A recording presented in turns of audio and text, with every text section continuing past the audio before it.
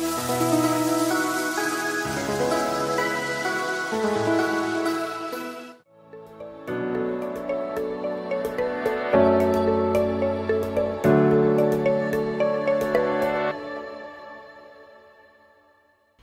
jemaat Tuhan, saya Pastor Yer, selamat datang di Kingdom Devotion.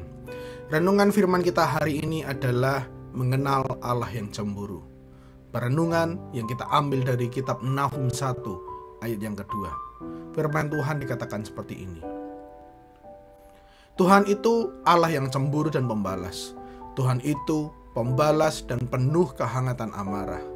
Tuhan itu pembalas kepada para lawannya dan pendendam kepada para musuhnya. Jemaat Tuhan, sepanjang Alkitab karakter Allah diwahyukan secara bertahap kepada orang yang berbeda-beda. Namanya dan sifat-sifatnya diungkapkan sedikit demi sedikit dalam tulisan-tulisan para penulis Alkitab. Kepada Daud, dia diungkapkan sebagai gembala kita. Dan kepada Gideon, kita menemukan bahwa Allah adalah damai sejahtera kita. Namun kepada Abraham, Tuhan menyatakan dirinya sebagai penyedia kita. Akan tetapi, ayat yang baru saja kita baca dalam kitab Nahum tadi, karakter Allah digambarkan sebagai Allah yang cemburu.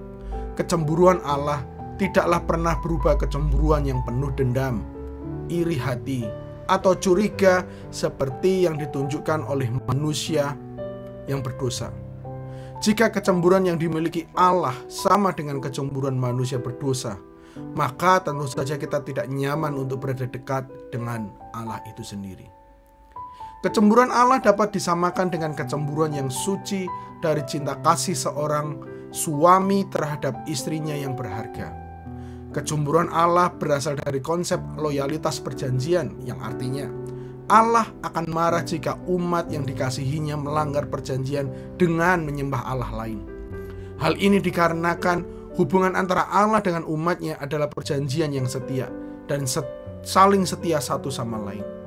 Allah tidak pernah mentoleransi bagi mereka yang melanggar perjanjian tersebut. Sebuah pertanyaan yang perlu direnungkan berikutnya adalah, apa yang terjadi ketika Allah cemburu? Ayat tadi memberikan sebuah petunjuk bahwa kecemburuan Allah akan menjadi marah dan akan memberikan sebuah pembalasan. Allah akan menjadi marah terhadap perbuatan kita. Pembalasan yang penuh amarah akan dilakukan bukan hanya kepada mereka yang melanggar perjanjian, tetapi juga kepada mereka yang mengakibatkan pelanggaran atas umatnya.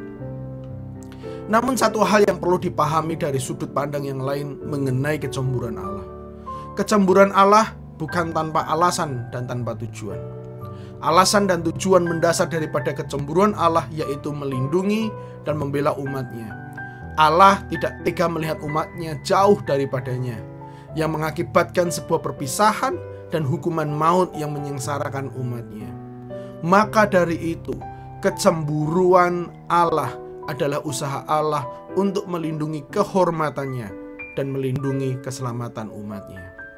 Jadi jemaat Tuhan, karena Tuhan adalah Tuhan yang pencemburu, kita sebagai umat percaya hendaknya berpaling dari segala hal yang memancing kecemburuan Allah. Kita berbohong jika kita mengatakan bahwa kita mengasihi Dia, kemudian hidup bertentangan dengan kebenaran yang Tuhan buat dalam hidup kita. Umat beriman di segala generasi wajib mengasihi Tuhan Allah kita dengan segenap hati, jiwa, dan kekuatan. Seperti yang dikatakan dalam Matius 22 ayat 37-38. Jawab Yesus kepadanya, kasihilah Tuhan Allahmu dengan segenap hatimu dan dengan segenap jiwamu dan dengan segenap akal budimu. Itulah hukum yang terutama dan yang pertama. Pengalaman akan kemurahan penebusan Allah tidak berarti kita bisa hidup sembarangan atau memberontak terhadap kehendaknya dalam hidup kita. Kasih dan komitmen Allah yang mendalam kepada kita hendaknya terus-menerus mengobarkan keinginan kita untuk menyenangkan Dia dalam segala hal. Mari kita berdoa. Kami ucap syukur kepada Tuhan, hari ini kami mengenal sisi lain daripada Allah yang kami percayai. Kami tahu Tuhan, Kau bukan hanya Allah yang kasih. Hari ini kami tahu Tuhan bahwa Engkau juga Allah yang pencemburu.